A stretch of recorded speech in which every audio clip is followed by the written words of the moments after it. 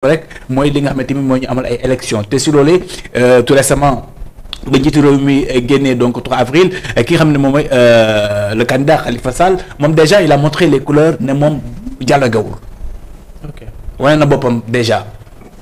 waaw xam nga vigilance toujours ça nous ramène ci li ma waxoon sànq. à la case de départ. à la case de départ dans la mesure où nous sommes dans un régime présidentiel. Maintenant régime présidentiel boobu dafa jox ay pouvoir pour moi yu bari au président de la République. sur le plan juridique suñu constitution nag ñoo ko tënkee noonu. mais ni ñu ko tënkee bokk na ci tey report élection yi xëy na nit ku nekk mën nga am position. boo jàpp sur le plan juridique même les professeurs de droit les plus éminents parfois du ñu juboo ci ay positions. je vous donne un exemple le professeur Ndiaw Diouf. il était membre du conseil constitutionnel. nekk un éminent professeur formé ay génération de professeurs en droit ku mel ni le professeur Abdoul Aziz Diouf mais cette génération là ñu ci bëri d'accord ak seen ñi leen jàngal droit. Bien sûr. Donc c'est des interprétations et des questions yoo xam ne. la loi quand elle est agitée c'est souvent une interprétation stricto sensu mais une interprétation qui est parfois personnelle. Parce que ni nga ko comprendre noonu nga koy expliquer mais moo tax c'est important parfois de faire recours à la lettre et à l'esprit d'un texte tey. wax nañ ko dañu woote jàmm woote dialogue pour la tenue du scrutin mais qu'est-ce qui nous a amené à ce point-là. C'est important lan moo ñu indi fii. lan moo ñu indi fii xam nga doyen wax na ko sànq nee na le PDS détient des preuves processus bi baaxul donc comment on dit la liste. Le fichier électoral n'est pas bon y a des manquements au fichier et autres mais toute démocratie a pas faire. Bien sûr. tey même conseil constitutionnel bu jëlee décision boo xam ne baaxul. ça s'impose au Sénégal. Très bien. Parce qu'il y a l'article 92 de la constitution. Très bien. Nous sommes des légalistes. am nañu xëy na féete ci wàllu politique mais n'empêche quand c'est la loi qui est agitée on donne notre opinion juridique. On donne notre opinion en toute objectivité. Moi j'ai toujours été contre ce report-là. Et je le répète aujourd'hui ce qui nous a amené à ce point-là ba ñuy waxtaan pour ànd mais mënuñu dans le fonctionnement normal d'un État waxtaan baax na mais fu ñu topp rek ñu ne waxtaan fu ñu toll ñu ne waxtaan mais kañ la ñuy aboutir à des jar na laaj la ñuy doxal. Très bien.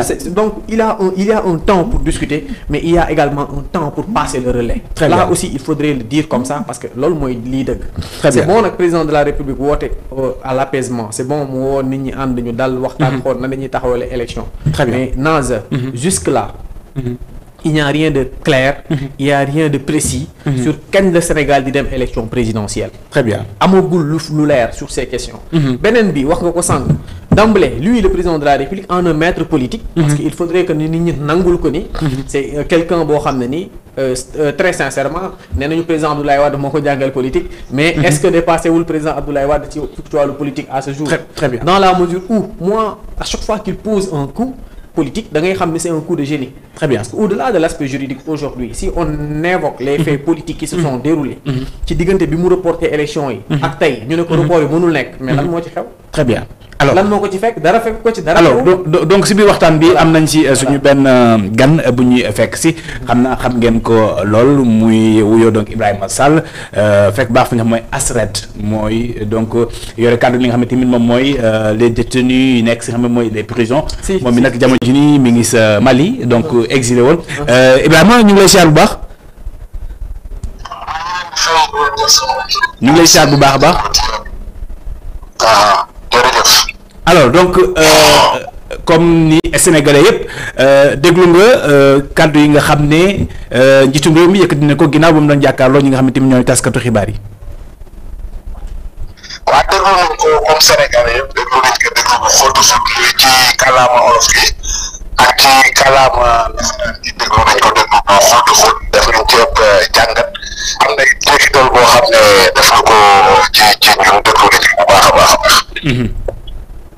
Alors ban jàngat nga si am tey jii nii suñu la doon laaj si li nga xam ne tamit moom mooy kàddu yu mu yëkkati. waaw d'abord jàngat bi nga xam ne am nañu ko ci mbir bi mooy discours bi dafa ambigu dañu koy waxee mooy discours boo xam ne daal maanaam da xaw na lëndëm tuuti ci déggin mooy wane daal bëgg naa bëgguma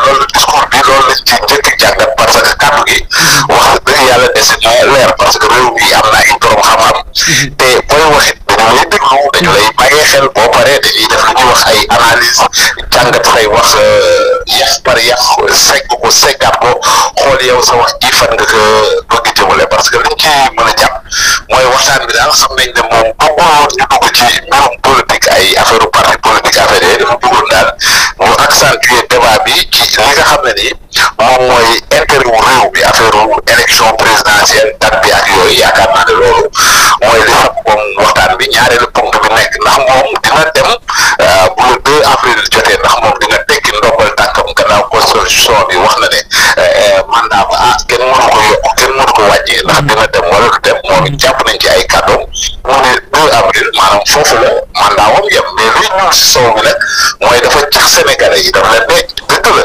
buñ demee bu le 2 avril ni man de sama mandat fa la yem mais dafa cax sénégalais yi du cax boobu la ñu war a càmbar bu baax a baax a baax lan la cax sénégalais yi alors donc moom woote na ak li nga xam ne tamit moom mooy ab dialogue ginnaaw ay dialogue yi nga xam ne amoon na fi loolee nag muy tànk yi nga xam ne wutab jàmm si mim réew mi loolu la ko tax a jóg wala waaw xam nga jàmm it jàmm wax dëgg yàlla jàmm bu dee da nga jóg la da ngay wax jàmm dañ ko wut ci ay wax de jàmm ci ay acte ci ay jëf ci doxalin xam nga boo leen xoolee sama rakk ji ma nekk loolu fii Mali ñu koy wax maître ngeen dem ba jóge maanaam moom ñoo nekk loolu fii Mali ngeen xool bi mu bis ne sax ñu ñaar ñoo waroon ànd mais xam nga bu fekkee da nga ne da nga wute jàmm da nga bëgg ñu pacifier espace public bi maanaam joxante loxo baalante jégalante ba léegi yaa ngi yore yëpp laxas sa ginnaaw pour nit ñi gëstoo rek nga dóor benn dóor laxaat yëpp bi kon jàmm jooju yow boo ko wootee nit ñi mënuñu la gëm donc gisuñu benn sincérité ci discours bi nga xam ne ministre de la justice def na ko ci jàmm jooju mais président de la république également mën nañ ne daal ay kàddoom daal leerul ba tax na bu tey toll na foo xam ne la sëñ Abdoulaye Lahat waxoon rek moo fay nee na kilifa dëgg daal liñ koy nawee mooy kàddoom sëñ Abdoulaye Lahat nag nee na ku la wax kii bu la nit waxee wax daaw nee na la waxaat moom wax jooju ren nee na bu wax ci soppeekoo rek sëñ Abdoulaye Lahat nee na booy jàpp góor bul ko jàpp def Macky Sall moom dafay vaar boppam maanaam ay waxam daal daf koy weddi parce que mënoo ne da ngay woote jàmm bàyyi njabootu Ousmane Sonko kenn ci njabootu Ousmane Sonko ñu koy wax maître ngi Demba Touré exilé Mali lu toll juróom-ñetti weer ñibbisi Sénégal kooku gisuñu intérêt ngeen di ko jàpp parce que moom sax ñëwum Sénégal waroon na mën a symboliser firndeel waa àdduna yëpp ne maître ngi Demba Touré kat yoon doon na ko toppee bi mu ñëwee jàppuñu ko lii de wane na ne jàmm ji Macky Sall di doon woote mi ngi nii mais dafa mel ni Macky Sall dafa watte ci propre piège Ousmane Sonko ndax maître ngi Demba Touré yéew dem Sénégal loolu dañ ko xalaataat moom dafa demoon comme éclaireur dafa demoon pour natt dëgg ndax lii Macky Sall di woote dëgg la wala dëgg moom nag mu jël risque bi muy jël risque bi xamoon na ne jàpp mën na ko ci fekk mais dafa jël risque bi dem daf ko bañ ba si ay kàddoom daf ne ma yow sama grand nga dem man nga te sa yaram neexul bu ñu ànd toogal man ba ma dem ba pare bu ma demee lu toll ay juróom benni fan bu jàmm amee man sama bopp dinaa la woo ne la ñëwal xam nga moom boobu dafa dem yeewu rek ñu jàpp ko loolu wane na ne kon ñoom bu dee dañ ne dañu woote jàmm bu dee dañ ne ñu ngi bàyyi nit ñi kaso loolu it Sénégal yi mënuñu ko gëm ndax ñu war a wéere ci prison yëpp kenn mayu leen li ñuy wax kenn relaxé wu leen par balaa ñu lay relaxé sax foog ñu àtte la balaa ñu lay acquitté foog ñu àtte la maanaam ñoom ñëpp bénéficié wuñu li nga xam ne moom la ñuy wax une ordonnance de non-lieu mettant fin à toute poursuite judiciaire ay liberté provisoire lañ leen may mooy bàyyi nakatu ko boo xam ne boo génnee boo sëxataatee sax ñu jàpp la yóbbu si kaso bi donc vraiment jàmm jooj daal bu ko wootee daal dëgg ñun mënuñu ko gëm te suñu xel tey na ci lool. très bien alors donc ñuy fàttali ko jamono ji nii yaa ngi fi nga xamante mooy sa Mali est-ce que mën nañoo xam kañ ngay ñibbisi.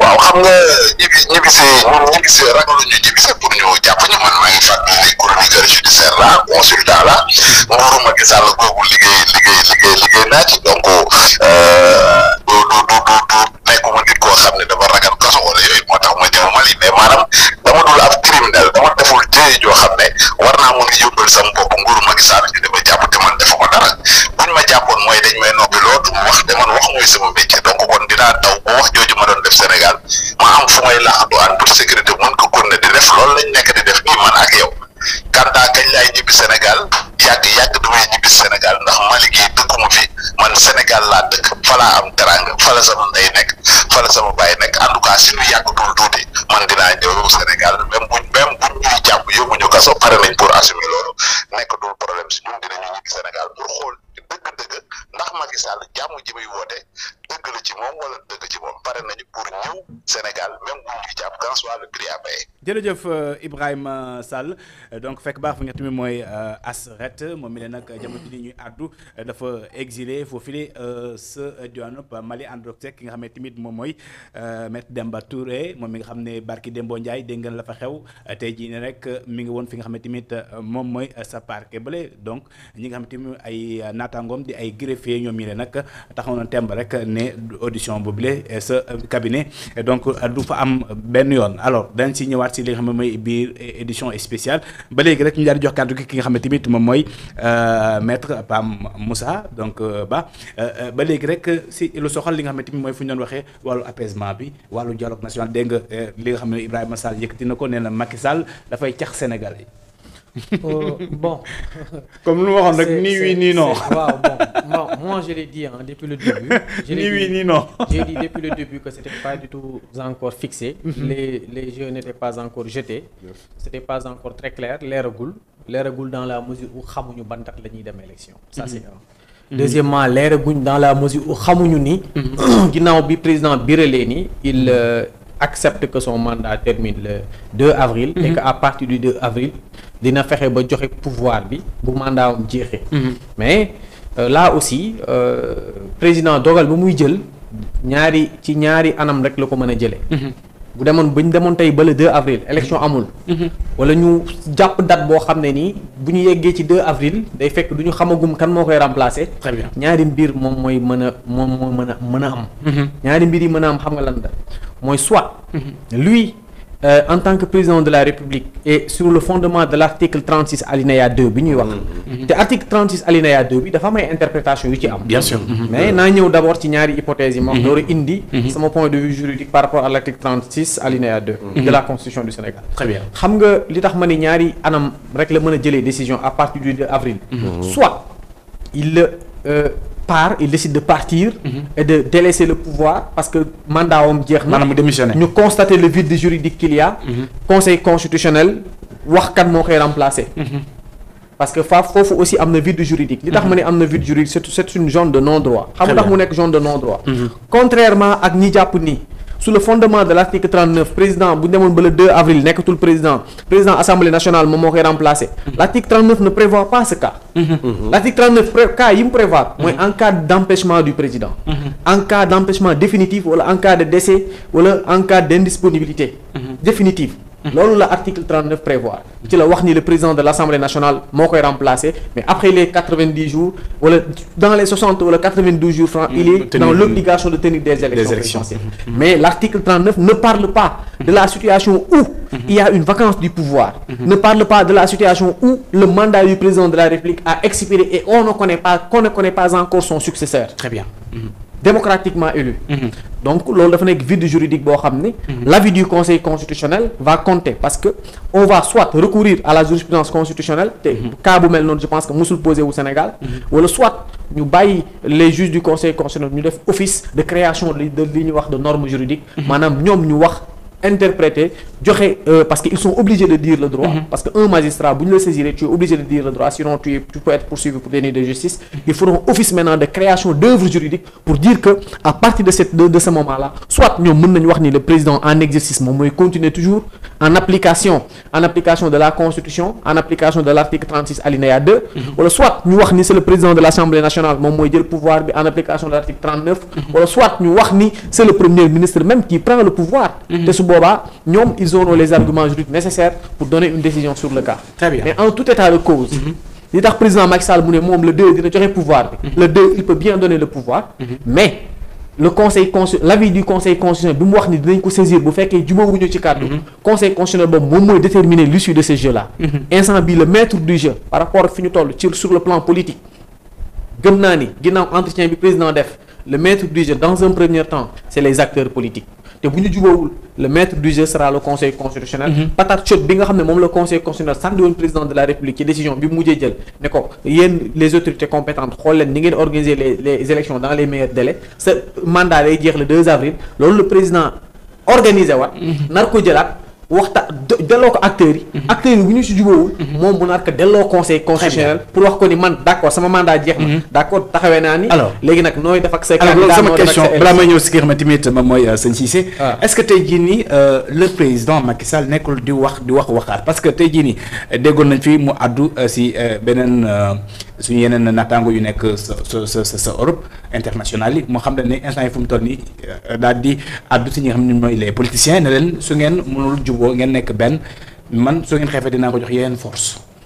waaw xam nga ça a été source de polémique daf ni d'autres forces organisées pour prendre le pouvoir ñun rek nekkuñu ci arène politique très bien loolu le président wax mais ça fait allusion su waxee force organisée bon ça fait allusion ñun li ñu jàpp aux forces de défense et de sécurité mais très bien foofu la ñu waxee parce que tey voilà donc c'est une situation boo xam ne nii je vous dis Naz mbir yi tey la gën a compliqué xam nga dañu waxoon ni y a eu un problème entre les institutions créé fi une fausse crise parce que moi je pense que c'est une fausse crise assemblée nationale conseil constitutionnel dañoo am problème ma jàpp ne loolu amul très sincèrement te waxoon naa ko depuis très longtemps parce que assemblée nationale su amee problème mënul mën a créer warul mën a voter loi le 5 février bi passé conseil constitutionnel bu fekkee am na problème warul mën a joxe ay décisions donc ñi ngi fonctionner normalement il n'y a pas eu de crise institutionnelle dans ce pays donc il y a eu une création de fausse crise et qui a abouti au report de l'élection présidentielle du 25 février qui nous a amené aujourd'hui à ce que ñu bëggoon ko dàq ba mois de décembre conseil constitutionnel bañ ko ne nañ ko def avant le 2 février et aujourd'hui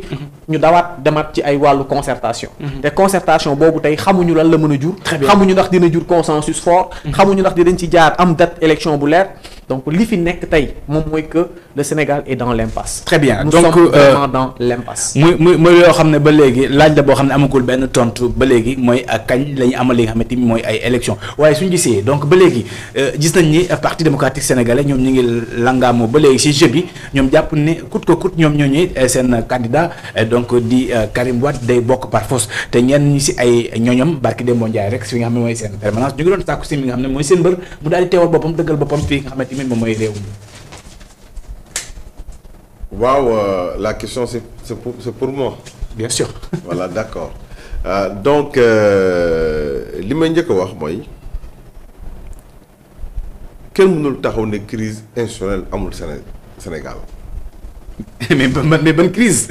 waaw mais xaaral ma ñëw. bu ñu demee ba magistrat yi conseil porter plainte.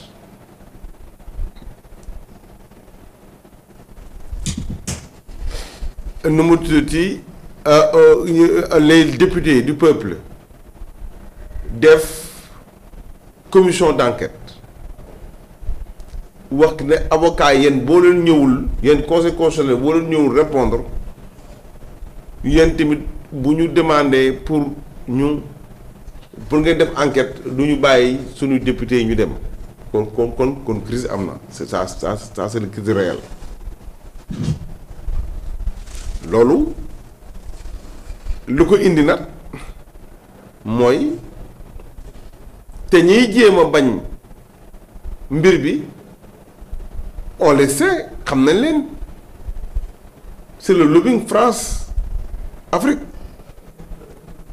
mais par ces démembrements et par ces personnes yi nga xam ne ñu ngi toog fii def leur lobbying la preuve je vais vous dire quelque chose benn information le comité européen bi ñëwoon di superviser avant conseil constitutionnel di joxaat les listes des 19 là gars yi takk nañ seen bagage ñibbi ñenn ñi te ils avaient dit que ne 19 ñooy nekk mooy Karim ba tey dem nañu seen yoon. les gens ils ont ces informations parce que gën nañu informer. donc affaire bi dafa am lu ci laxasu suuf laxasu boobu ci suuf nag moo war a tax nag ñun ñi nga xam ne ñun dëkk ba buy tàkk sunuy ndeex sunuy bàyyi sunuy mag sunuy doom duñ fa jóg dañu war a ànd ak dal. mais tey jii nii sëñ Cissé nga baal ma est-ce que tey jii nii nekku leen ngeen ni guerre boo xam ne général bi gisu leen ko. ma ne di guerre bi di envoyé seen i bal te tamit seen général ñëwul. général bi gis nañ ko te dinañ ko gis ndax gis nañ ko mooy ki ngay jokkool ñuy jokkoo PDS nag moo xam nu muy tojee bopp gën a xam te duñu imposer yow sa mbir équipe football bu amee yow toppatool sa système de jeu te nga bàyyi sa adverse bu beeseer moom it toppatoo système de jeu ñun na suñu système de jeu Karim dina ñëw c'est le général moi je suis colonel de l'armée du PDS il y a des commandants il y a des généraux il y a des capitaines il y a des sous-lieutenants. Le général va venir diriger le troupe. Très bien. Alors donc la régie. bu muy ñëw nag ñun ñoo xam ñun. waxtu bu mu ñu arrangé. mu ñëw mais ce qui est sûr daal mooy ñëw bi jot na. Très bien, merci beaucoup. Alors la régie me signale qu'il ne reste que quelques 5 minutes donc pour boucler bien sûr donc ce plateau.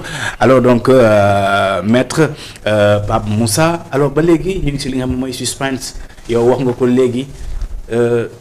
Tu ne crois pas à des élections. waaw xam nga li tax ma ne je ne crois pas je ne pense pas. Je ne pense pas à l'heure actuelle. ak li tukkee ci waxtaan bi nga xam ne moom le président amaloon ak journalistes yi bindal teg. Je ne pense pas qu'il y ait des élections présidentielles ci année 2024 bi. Parce que bu fekkee ni candidats yi jubóowuñu ci waxtaan bii nga xam ne moom le président lancé parce que daf ne nañu chercher consensus te nee na concertation la xam nga déjà foofu mooy premier problème bi. problème bi mooy concertation bi ban forme de concertation. Très bien. Est-ce que dañuy woo kii bu demee ñu woo kee bu demee ñu woo kee mais loolu après ça sera facile de dire que par exemple que consensus amul. Est-ce que dañ leen di taaj comme dialogue te daje politique ku ne xam na ni. ADS rek bu woote woon léegi voilà waxtaan bi mën na dem ba indi pëccëxoo geneen ak geneen donc. daje politique parfois pour nga am fa consensus dafay compliqué. te ku nekk dafay ñëw pour xëcc sur ses intérêts ñi ñu spolier dañu naan processus bi nañ ko reprendre waa Karim Meïssa Wade dañu naan processus bi nañ ko reprendre ñi nga xam ne ni ñoom la ñu retenir dañu naan nañu dem élection parce que c'est de bonne guerre aussi. ku nekk da ngay xëcc li nga xam ne moom mooy sa intérêt. mais l'intérêt du Sénégal dans tout ça le droit des populations à aller voter et à aller choisir librement leur président de la République dans tout ça un droit constitutionnel. Et l'échéance du mandat a été fixée, la date de la tenue des élections présidentielles est fixée par la Constitution du Sénégal. Et donc pour moi, on ne devait pas en arriver là. Beneen bi mooy li tax lii lépp je pense que dañu gëmloo président de la République c'est possible c'est une hypothèse. bu may teg je ne l'affirme pas. mais je le pense. dafa mel ni dañ ko gëmloo ni am na porox ndoll pour toog fii après le 2 avril. dans la mesure où moom wane na ni. après à partir du 2 pare na ci. moom mooy sa volonté loolu la wane.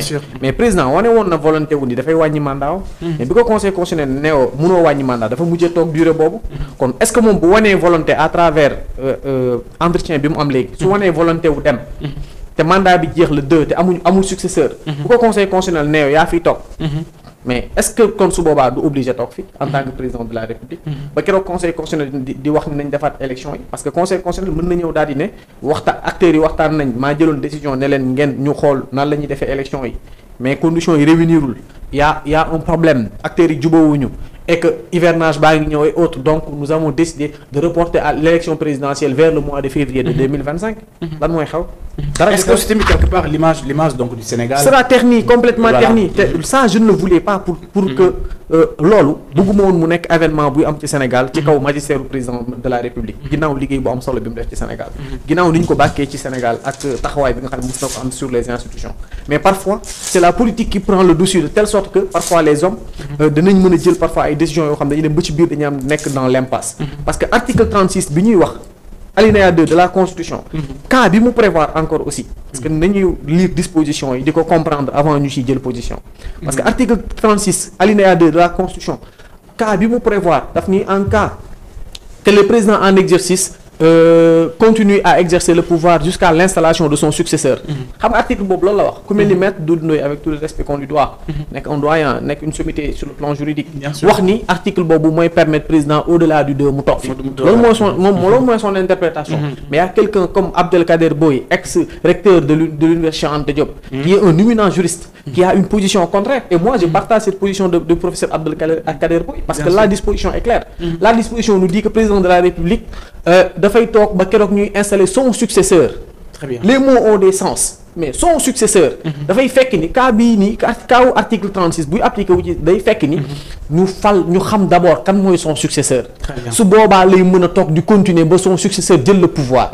mais tant que xamuñu son successeur. tant que